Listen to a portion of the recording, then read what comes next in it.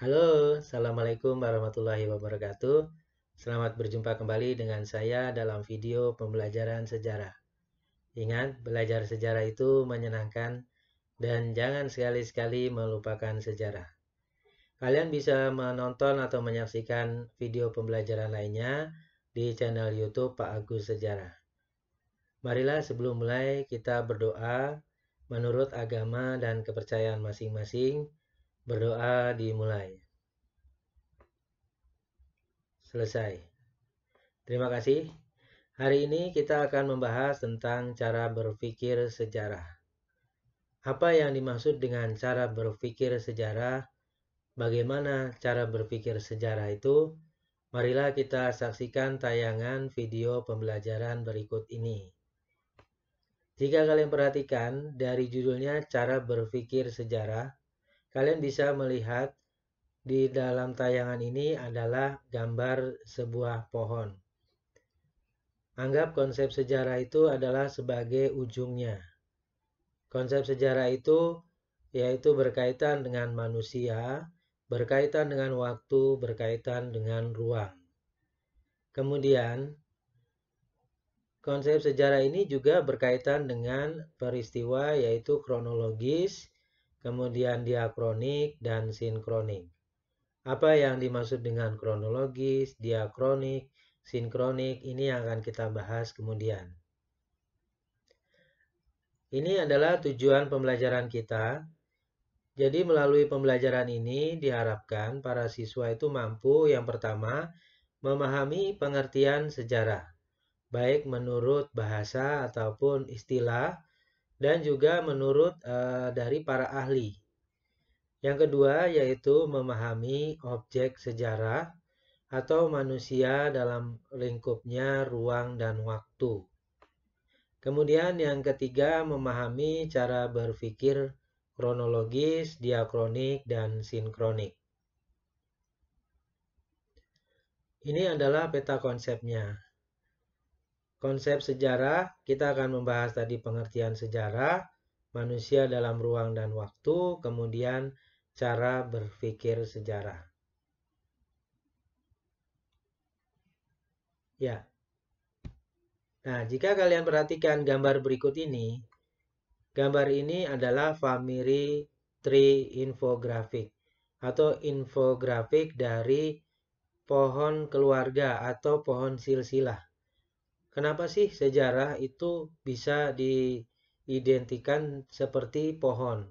Nah, ini yang akan kita bahas.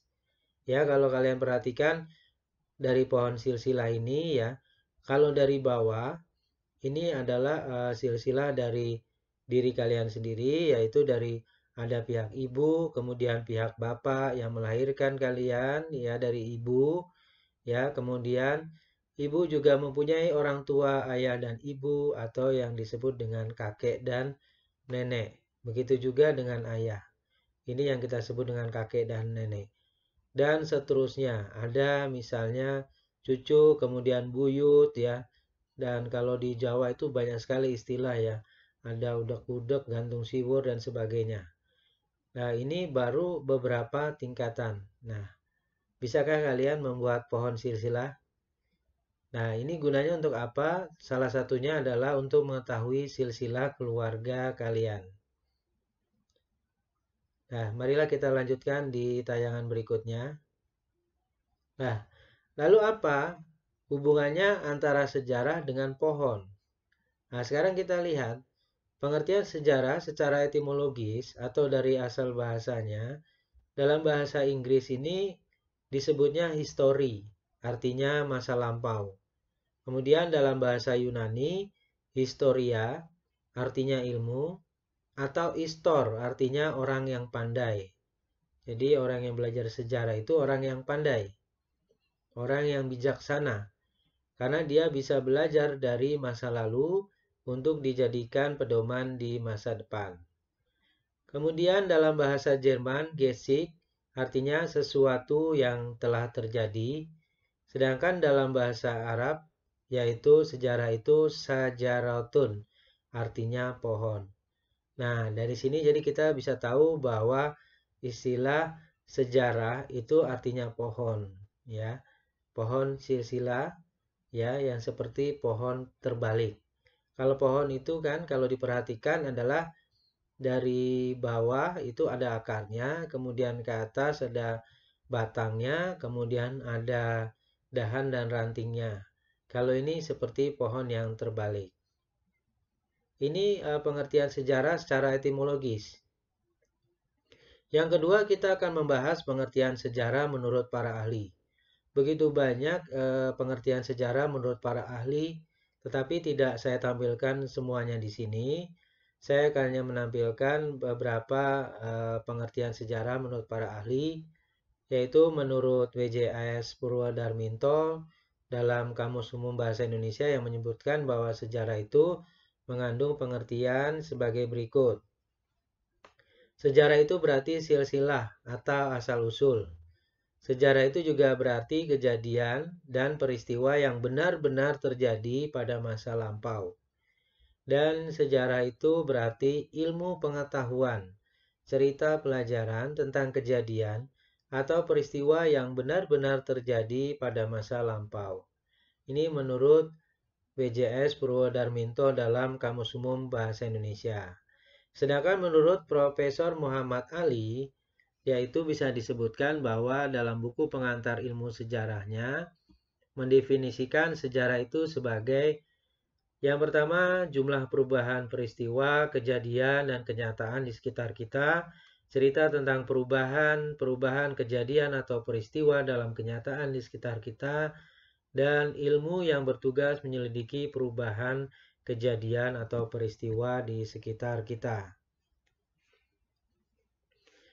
Yang berikutnya kita akan membahas manusia dalam ruang dan waktu. Tadi kita sudah membahas pengertian sejarahnya. Sekarang kita akan membahas tentang konsep manusia dalam ruang dan waktu. Berbicara dengan sejarah itu pasti berkaitan dengan manusia. Karena manusia itu adalah pelaku dan juga saksi sejarah. Tidak ada sejarah tanpa adanya manusia dan sebaliknya, tidak ada manusia yang tidak memiliki sejarah. Karena manusia itu adalah pendukung terjadinya peristiwa sejarah. Manusia sebagai subjek dan juga objek sejarah. Sejarah itu mempelajari peristiwa dan aktivitas manusia di masa lampau. Jadi yang memiliki sejarah itu hanyalah manusia, sedangkan makhluk-makhluk yang lain itu tidak memiliki sejarah. Kemudian kita akan membahas tentang ruang. Apa yang dimaksud dengan konsep ruang? Ruang ini berkaitan dengan aspek geografis atau tempat terjadinya peristiwa sejarah. Karena tidak mungkin terjadi suatu peristiwa tanpa ada tempat suatu terjadinya peristiwa. Nah, manfaat keberadaan ruang dalam sejarah ini adalah mempermudah pemahaman tentang suatu peristiwa sejarah. Contohnya misalnya Hindia Belanda. Ini merupakan konsep ruang ditinjau dari aspek geografis. Hindia Belanda ini dipakai penamaannya oleh Belanda sampai kemudian penamaan Hindia Belanda ini kemudian diganti dengan kata Indonesia, ya. Kemudian yaitu konsep waktu. Apa yang dimaksud dengan waktu? Konsep waktu dalam sejarah ini berkaitan dengan kapan terjadinya peristiwa sejarah. Waktu dibagi menjadi 3, ada masa lampau, masa kini, dan masa depan atau masa yang akan datang. Menurut Kunto Wijoyo, konsep waktu ini dibagi menjadi 4, yaitu waktu melingkupi yang pertama ada perubahan, ada perkembangan, kemudian ada pengulangan, kemudian ada keberlanjutan. Nah, disinilah nanti yang akan kita bahas di KD berikutnya, ya. Apa sih yang dimaksud dengan perubahan, perkembangan, pengulangan, dan keberlanjutan itu? Kemudian yang berikutnya yaitu cara berpikir sejarah. Kronologis. Apa yang dimaksud dengan kronologis? Kronologis itu adalah catatan-catatan tentang urutan peristiwa yang disusun berdasarkan waktu kejadiannya. Contohnya misalnya adalah peristiwa sejarah seperti misalnya perundingan Linggarjati, ya, antara Belanda, Indonesia, Inggris, ya, yang kemudian perundingan ini terjadi kan karena adanya konflik antara tentara Nika Belanda dengan Indonesia, sehingga kemudian perundingan ini dilanggar oleh Belanda, terjadilah agresi militer pertama. Nah, karena ada agresi militer ini, kemudian muncul peran Komisi Tiga Negara, yaitu ada Australia mewakili Indonesia, Belgia mewakili Belanda, dan juga Amerika sebagai penengah. Kemudian ada perundingan Nenville, ada peristiwa agresi militer 2, perundingan Rumroyen, konferensi inter-Indonesia, konferensi meja bundar. Nah, peristiwa-peristiwa ini disusun, ya, konsepnya itu harus berdasarkan urutan waktu kejadiannya. Jadi tidak boleh disusun dari misalnya peran Komisi Tiga Negara, lalu perundingan Linggarjati. Ya, jadi harus susunnya berurutan. Kalau tidak berurutan berarti anakronis, ya, terjadi kerancuan sejarah. Nah, kronologis ini membantu merekonstruksi kembali suatu peristiwa berdasarkan urutan waktu dan membantu membandingkan kejadian sejarah dalam waktu yang sama di tempat yang berbeda. Mungkin pemakaian kronologi ini misalnya dipakai juga di istilah lain, misalnya kronologi terjadinya peristiwa kecelakaan, kronologi peristiwa pembunuhan, dan sebagainya. Intinya kronologi itu adalah merekonstruksi kembali peristiwa berdasarkan urutan waktunya. Yang berikutnya, cara berpikir sejarah yaitu diakronis. Diakronis itu memanjang dalam waktu, menyempit dalam ruang. Apa maksudnya? Menurut Kunto Wijoyo, diakronis itu berasal dari bahasa Latin, ya, dan Yunani yang berarti melampaui. Jadi ada bahasa Yunani itu kronos berarti waktu. Jadi diakronis itu melampaui waktu. Nah, melampaui waktu itu memanjang dalam waktu, menyempit dalam ruang. Jadi yang ditekankan dalam mempelajari sejarah itu adalah waktu. Dan waktunya itu disusun dari waktu yang terkecil ke terbesar. Contohnya begini.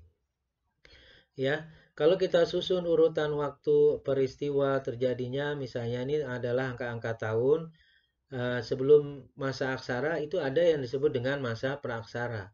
Masa sebelum penemuan tertulis, atau disebut juga kalau dulu namanya masa prasejarah. Nah, istilah ini kurang tepat karena pra itu artinya tidak, sejarah itu artinya tulisan. Jadi sebelum terjadinya sejarah, padahal setiap ada manusia di situ sudah ada sejarah, tadi sudah dijelaskan.